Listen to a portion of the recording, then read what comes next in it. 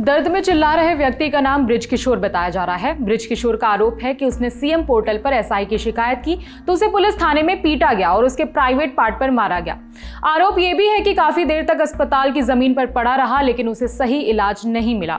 पीड़ित के private part पर मारने वाले आरोप पर पुलिस का कहना है कि उसे पहले से ही हाइड्रोसील की बीमारी थी, उसके साथ कोई मारपीट नहीं हुई है। मामला उत्तर प्रदेश के मथुरा का है। आज तक से जुड़े मदन गोपाल शर्मा की रिपोर्ट के मुताबिक वीडियो 27 जुलाई का बताया जा रहा है।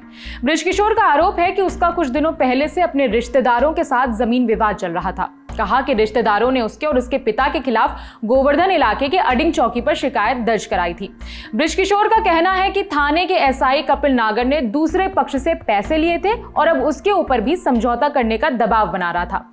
जब बृज किशोर ने सीएम पोर्टल पर इसकी शिकायत दर्ज की तो एसआई ने उसे थाने में बुलाकर उसके प्राइवेट पार्ट पर मारा। सुनिए बृज किशोर का पूरा बयान। हमारा सिविल में कोर्ट में वो चल रहा है मुकदमा, इन्होंने जबरन किया और एसआई को पैसे दिए, मेरे से भी 20,000 रुपये मांग की इसने और मेरे से बोला मेरे से गुजर कहते हैं और मेरे को गुजर कहते हैं। तूने पोर्टल पे क्यों डाली मेरे खिलाफ राजीनामा ले मेरे कपिल नागर एसआई। कौन से थाने से? ये गोवर्धन थाने से एसआई है, चौकी से चौकी इंचार्ज है अडिंग का।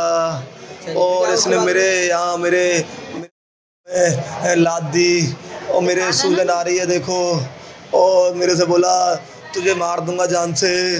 एसआई पर आरोप यह भी है कि उसने पीड़ित को झूठे केस में फंसाने की धमकी दी थी और 20,000 रुपए भी मांगे थे। कहा कि एसआई सीएम पोर्टल पर शिकायत किए जाने से नाराज था।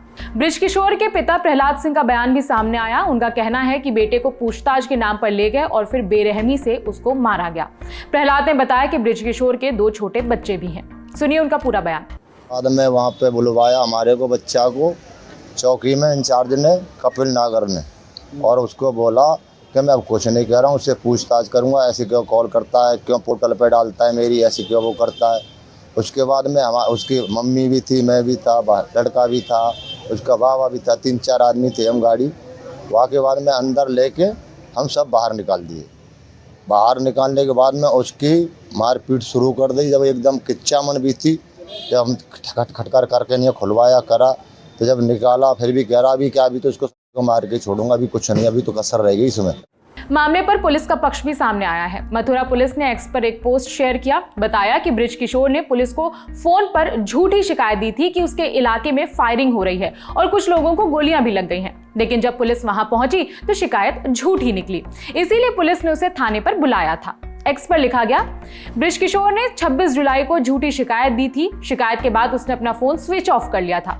इसके अगले दिन उसका रिश्तेदार से जमीन को लेकर विवाद भी हुआ था। उसे और उसके घर वालों को थाने इसलिए बुलाया गया ताकि पूछा जा सके कि 112 पर झूठी शिकायत क्यों दी थी। इसके बाद बृज किशोर शोर मचाने लगा कि मेरे अंडकोश में दर्द हो रहा है, मुझे हाइड्रोसील की बीमारी है। इसके बाद वो अस्पताल चला गया। उसके साथ कोई मारपीट नहीं हुई है। पुलिस ने कहा कि पीड़ित के प्राइवेट पार्ट में सूजन उसकी बीमारी की वजह से आई है, ना कि पुलिस की पिटाई की वजह से। हालांकि जांच प्रभावित ना हो इसलिए एसआई कपिल को थाने से कुछ दिनों के लिए हटा दिया गया है।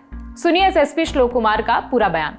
जिस व्यक्ति द्वारा यह आरोप लगाया गया है उसने 112 पर एक सूचना दी थी कि वहां पर फायरिंग हुई है, और जब 112 की गाड़ी वहां पहुंची तो इस सूचना को असत्य पाया गया। इसी संदर्भ में पूछताछ हेतु अगले दिन उस व्यक्ति को चौकी पर बुलाया गया था, जहां से कि उसके द्वारा आरोप लगाया गया कि उसके साथ मारपीट हुई है।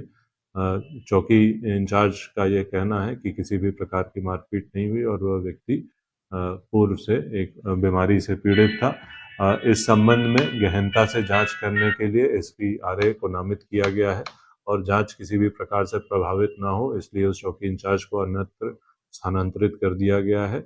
जो भी तथ्य जांच में प्रकाश में आएंगे उसके आधार पर अग्रिम कार्रवाई सुनिश्चित की जाएगी। फायरिंग की झूठी शिकायत वाली बात पर पीड़ित के पिता का कहना है कि हो सकता है कि किसी बच्चे ने धोखे से शिकायत कर दी हो, लेकिन फिर भी थाने में बुलाकर पीटना गलत है। हालांकि पुलिस का दावा है कि बृज किशोर पहले से ही बीमार था, उसके साथ कोई मारपीट नहीं की गई है। बाकी आगे की जांच चल रही है। इस खबर में फिलहाल इतना ही। मेरा नाम है विभावरी। देखते रहिए दी ललन टॉप।